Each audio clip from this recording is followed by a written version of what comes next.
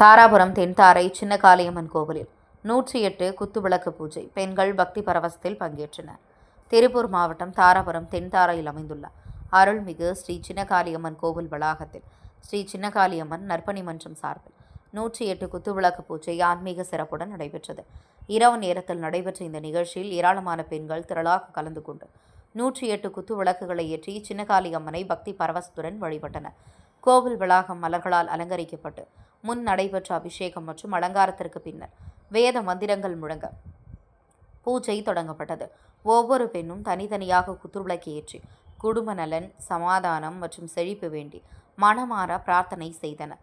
108 என்ற எண் இந்து சமயத்தில் புனிதமானதாக கருதப்படுவதால் 108 தீபங்கள் ஒன்றாக ஒளிர்வது முழுமையாக அருளை பெறும் குறியீடாக பக்தர்கள் நம்புகின்றனர். இந்த பூஜையின் நன்மைகள் குறித்து பெண்கள் தெரிவித்ததாவது: குத்துவிளக்கு ஏற்றுவது வீட்டில் உள்ள எதிர்மறை சக்திகளை அகற்றி நல்ல சக்தி நிலை கொள்ள உதவுகிறது.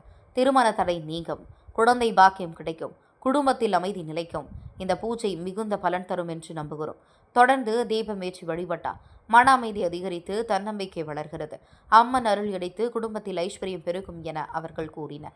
மேலும் குத்துவிளக்கு பூஜையில் பயன்படுத்தப்படும் பொருட்கள் குறித்தும் அவர்கள் விளக்கம் அளித்தனர். பித்தளை அல்லது வெள்ளி குத்துவிளக்கு, பஞ்சுத்திரி, நல்லெண்ணெய் அல்லது நெய், மஞ்சள், குங்குமம், மலர்கள், தேங்காய், பழங்கள், வெற்றிலை, பாக்கு, கற்பூரம் ஆகியவை முக்கியமானவை. சிலர் நெய்வேத்தியம், சுண்டல் அல்லது இனிப்பு வகைகளை சமர்ப்பிக்கின்றனர். இவ்வனைத்தும் தூய்மையுடன் தயாரித்து கொண்டு வந்து அம்மனை வழிபடுவது வழக்கம் என்று தெரிவித்தனர். பூஜை நிறைவில் மகா தீபாராதனை காண்பிக்கப்பட்டு கலந்து கொண்ட பெண்கள் அனைவருக்கும் பிரசாதம் வழங்கப்பட்டது. ஆன்மீக உற்சாகத்துடன் நடைபெற்ற இந்த 108 குத்துவிளக்கு பூஜை பக்தர்களின் மனதில் ஆனந்தத்தையும் ஒற்றுமை உணர்வையும் ஏற்படுத்தியதாக காணப்பட்டது.